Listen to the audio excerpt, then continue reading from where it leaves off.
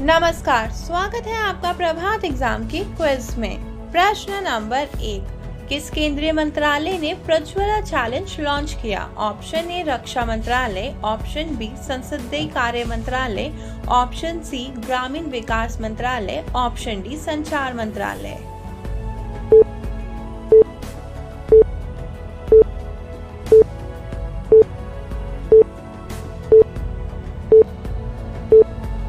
इस प्रश्न का सही उत्तर है ऑप्शन सी ग्रामीण विकास मंत्रालय। व्याख्या: ग्रामीण विकास मंत्रालय की दीनदयाल अंत्योदय योजना राष्ट्रीय ग्रामीण आजीविका मिशन ने प्रज्वला चैलेंज लॉन्च किया है। इस चुनौती के तहत ग्रामीण अर्थव्यवस्था को बदलने के लिए व्यक्तियों, उद्यमों, स्टार्टअप, निजी क्षेत्र, नागरिक समाज और अन्य लोगों से विचार आमंत्रित किए गए हैं।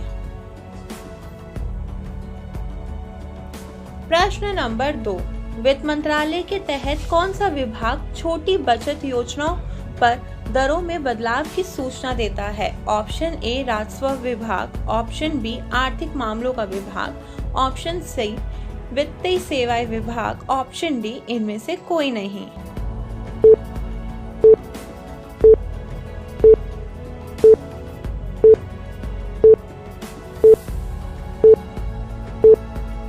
इस प्रश्न का सही उत्तर है ऑप्शन बी आर्थिक मामलों का विभाग। व्याख्या: वित्त मंत्रालय के तहत आर्थिक मामलों का विभाग छोटी बचत योजनाओं पर दरों में बदलाव का अधिसूचित करता है। हाल ही में सरकार ने जनवरी से मार्च तिमाही के लिए वरिष्ठ नागरिक बचत योजना सहित विभिन्न लघु बचत योजनाओं पर ब्याज दरों में वृद्धि की है। प्रश्न नंबर 3, वंदे भारत एक्सप्रेस से संबंधित खबरों में रहा न्यू जलपाईगुड़ी किस राज्य में स्थित है? Option A Rajasthan, option B Paschim Bangal, option C Madhya Pradesh, option D Karnataka.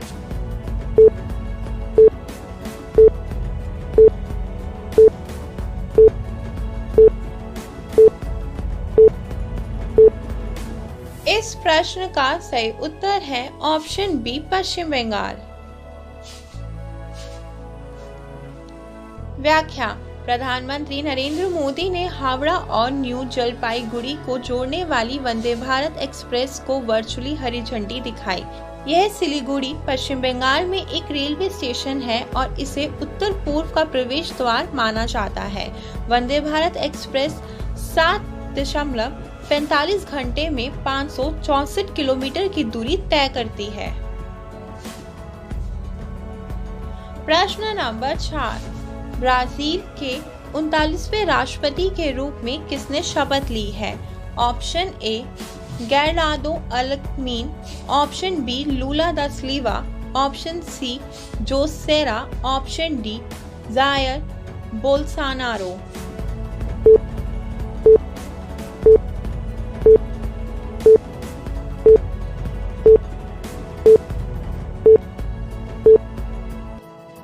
इस प्रश्न का सही उत्तर है ऑप्शन बी लूला दा सिल्वा।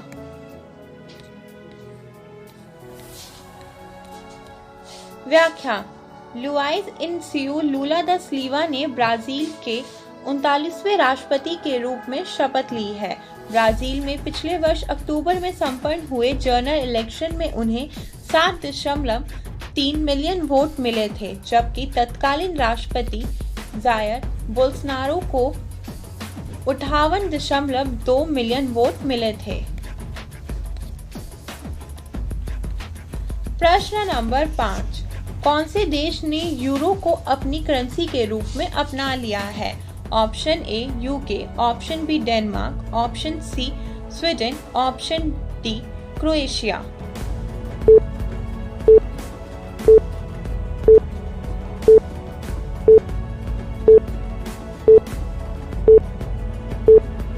इस प्रश्न का सही उत्तर है ऑप्शन डी क्रोएशिया।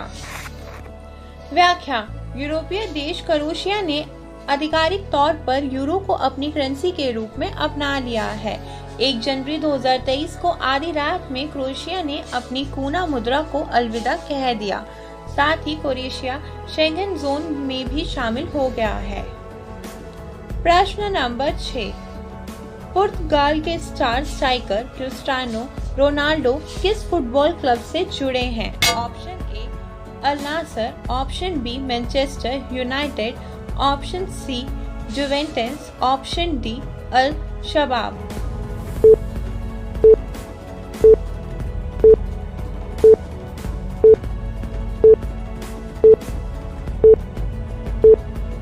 इस प्रश्न का सही उत्तर है ऑप्शन ए अल नासर।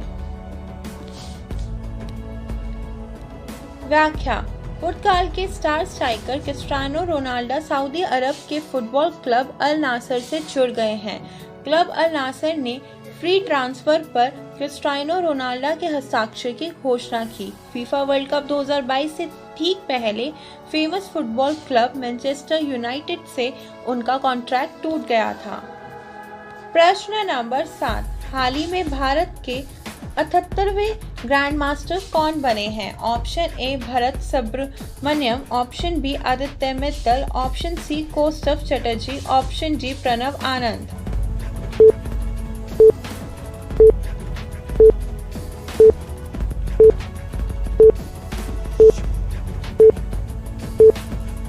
इस प्रश्न का सही उत्तर है ऑप्शन सी कौस्तुभ चटर्जी। व्याख्या, कौस्तुभ चटर्जी नई दिल्ली में MPL 59वीं राष्ट्रीय सीनियर शतरंज चैंपियनशिप में भारत के 78वें ग्रैंड मास्टर बन गए हैं। 19 वर्षीय ने कौस्तुभ GM मित्रभा गुहा के खिलाफ अपना खेल ड्रॉ किया। प्रश्न नंबर 8, राष्ट्रीय अनुसंधान विकास निगम के इंक्यूबेशन सेंटर का उद्घाटन किस शहर में किया गया है? Option A Bhopal, option B Chennai, option C New Delhi, option D Patna.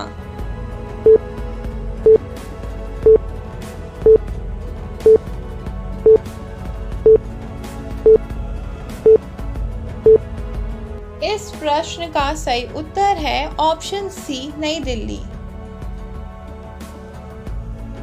व्याख्या, केंद्रीय विज्ञान और प्रौद्योगिकी मंत्री डॉक्टर जितेंद्र सिंह ने नई दिल्ली में राष्ट्रीय अनुसंधान विकास निगम में इंक्यूबेशन सेंटर का उद्घाटन किया है। केंद्र इस स्टार्टअप्स को आगे बढ़ाने के लिए सहायता भी प्रदान करेगा। प्रश्न नंबर 9, पशुओं के लिए भारत के पहले इन विट्रो फर्टिलाइजेशन यानी कि IVF मोबाइल यूनिट की शुरुआत किस राज्य में की गई है? Option A Gujarat, option B Andhra Pradesh, option C Uttar Pradesh, option D Bihar.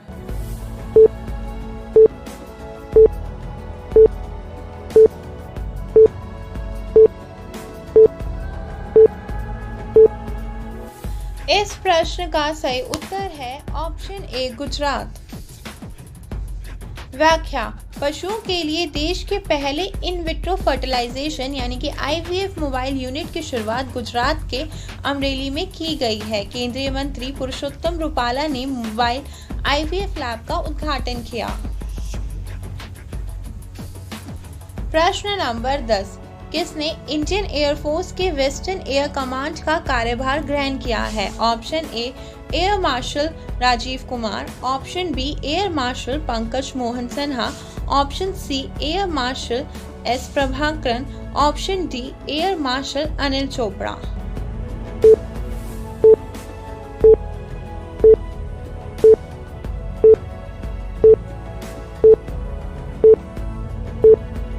इस प्रश्न का सही उत्तर है option B air marshal Pankaj Mohan Sinha. व्याख्या, इंडियन एयरफोर्स के वेस्टर्न एयर कमांड का कार्यभार एयर मार्शल पंकज मोहन सिन्हा ने 1 जनवरी 2023 को ग्रहण कर लिया। एयर मार्शल पंकज मोहन सिन्हा पुणे की राष्ट्रीय रक्षा अकादमी से स्नातक है। प्रश्न नंबर 11, ISC का 108वां वार्षिक सत्र नागपुर में किस विश्वविद्यालय में आयोजित किया जाएगा? Option A Sant cage Baba Amravati university, option B राष्ट्र संत टुकड़ोजी महाराज नागपुर विश्वविद्यालय, ऑप्शन सी गोंडवाना विश्वविद्यालय, ऑप्शन डी सावित्रीबाई फूले पुणे विश्वविद्यालय।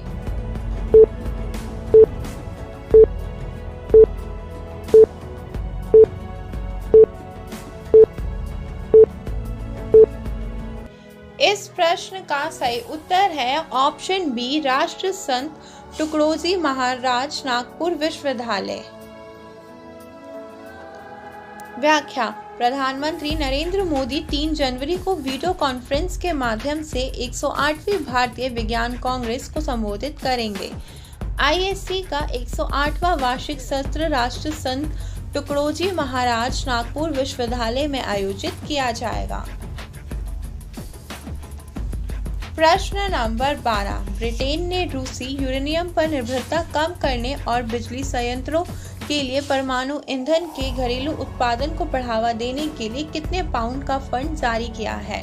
Option A 60 million pound, option B 75 million pound, option C 80 million pound, option D 40 million pound.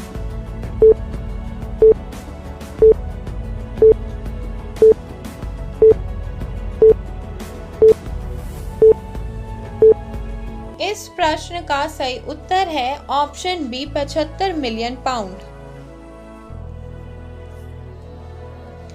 व्याख्या: ब्रिटेन ने 75 मिलियन पाउंड का फंड हाल ही में रूसी यूरेनियम पर निर्भरता कम करने और बिजली संयंत्रों के लिए परमाणु ईंधन के घरेलू उत्पादन को बढ़ावा देने के लिए जारी किया है।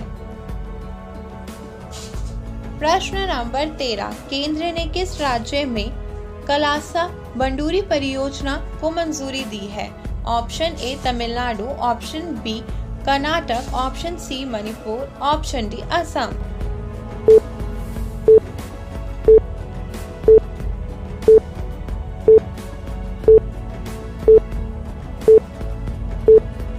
इस प्रश्न का सही उत्तर है ऑप्शन बी कर्नाटक।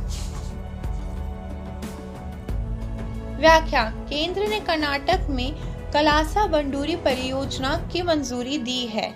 इस परियोजना का उद्देश्य सूखा प्रभावित उत्तरी कर्नाटक के 13 शहरों में पीने के पानी की सुविधा प्रदान करना है। प्रश्न नंबर 14। किसके साथ जनजातीय मामलों के मंत्रालय ने भविष्य के इंजीनियर कार्यक्रम के लिए सहयोग किया है? Option A Amazon, option B Flipkart, option C Vedantu, option D इनमें से कोई नहीं।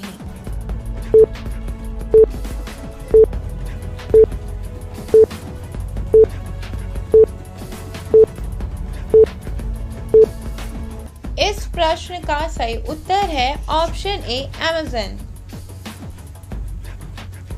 व्याख्या: जनजातीय मामलों के मंत्रालय और अमेज़न ने भविष्य के इंजीनियर कार्यक्रम के लिए सहयोग किया। कार्यक्रम डिजिटल शिक्षा के क्षेत्र में शिक्षकों और छात्रों को सशक्त करेगा। यह दूर दराज के क्षेत्रों में रहने वाले लोगों के साथ डिजिटल संचार का भी जोड़ेगा। प्रश्न नंबर 15। भारत अपनी पहली अपशिष्ट से हाइड्रोजन परियोजना कहाँ स्थापित करेगा? Option A Bengaluru, option B Ahmedabad, option C Jaipur, option D Pune.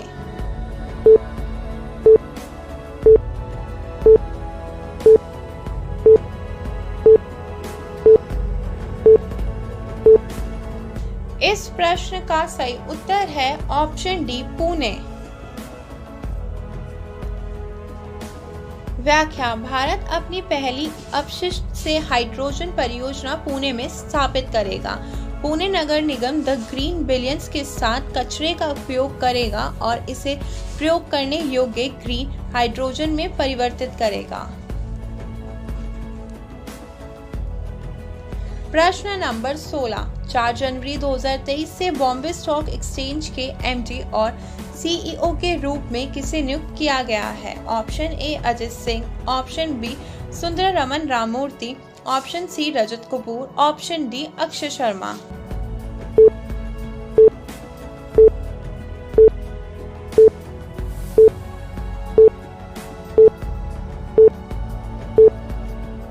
इस प्रश्न का सही उत्तर है ऑप्शन बी सुंदररमन राममूर्ति। व्याख्या: बॉम्बे स्टॉक एक्सचेंज ने सुंदररमन राममूर्ति को एमडी और सीईओ नियुक्त किया है। राममूर्ति 4 जनवरी 2023 से एक्सचेंज के प्रबंध निदेशक और मुख्य कार्यकारी अधिकारी यानी कि CEO के रूप में शामिल होंगे। प्रश्न नंबर 17, दिल्ली सरकार ने अपनी सौर नीति 2022 के मसौदे को मंजूरी दे दी है। 2022 की नीति 2016 की नीति द्वारा प्रस्तावित स्थापित क्षमता को 2000 मेगावाट से 6000 मेगावाट तक किस वर्ष तक संशोधित करती है? Option A 2024, option B 2025, option C 2028, option D 2030।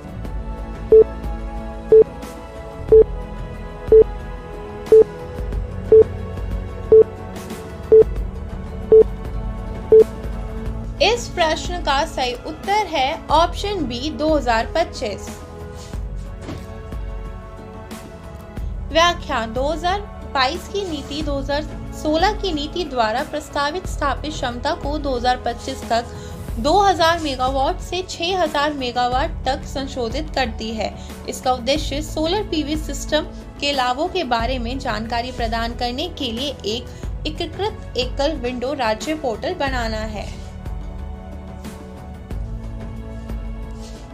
प्रश्न नंबर 18, किसे महिला T20 cricketer of the year पुरस्कार 2022 के लिए नामांकित किया गया है? Option A Smriti Mandhana, option B Kritika Khanna, option C Payal Singh, option D Sakshi Singh.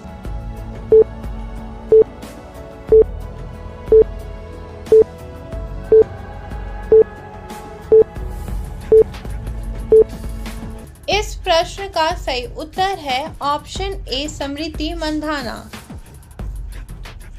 व्याख्या, भारतीय क्रिकेटरों सूर्य कुमार यादव और स्मृति मंधाना को 29 दिसंबर 2022 को पुरुषों और महिलाओं के T20 cricketer of the year award 2022 के लिए नामांकित किया गया।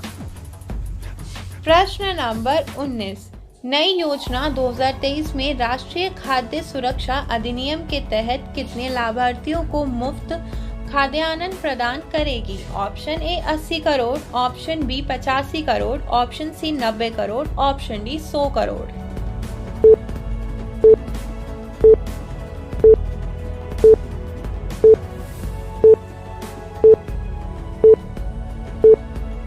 इस प्रश्न का सही उत्तर है ऑप्शन बी 85 करोड़। व्याख्या, केंद्र ने 1 जनवरी 2023 को नई एकीकृत खाद्य सुरक्षा योजना शुरू की। नई योजना 2023 में राष्ट्रीय खाद्य सुरक्षा अधिनियम यानी कि NFSA के तहत 81 करोड़ से अधिक लाभार्थियों को मुफ्त अनाज प्रदान करेगी।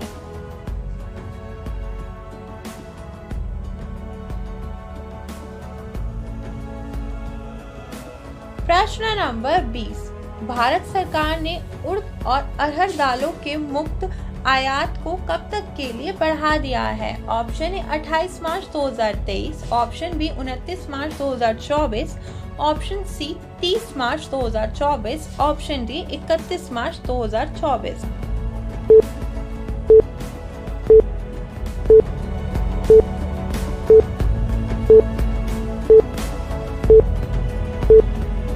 इस प्रश्न का सही उत्तर है ऑप्शन डी 31 मार्च 2024। व्याख्या, भारत सरकार ने उड़द और अरहर दालों के मुफ्त आयात को 1 वर्ष और बढ़ाकर 31 मार्च 2024 कर दिया है। इससे पहले मार्च 2022 में सरकार ने 31 मार्च 2023 तक अरहर और उड़द के मुफ्त आयात की अनुमति दे दी थी। दोस्तों, अगर आपको हमारा ये क्विज पसंद आया हो तो इसे लाइक और शेयर करना ना भूलें। आपसे जल्दी मुलाकात होगी एक नए क्विज के साथ। देखते रहिए प्रभात एग्जाम। नमस्कार।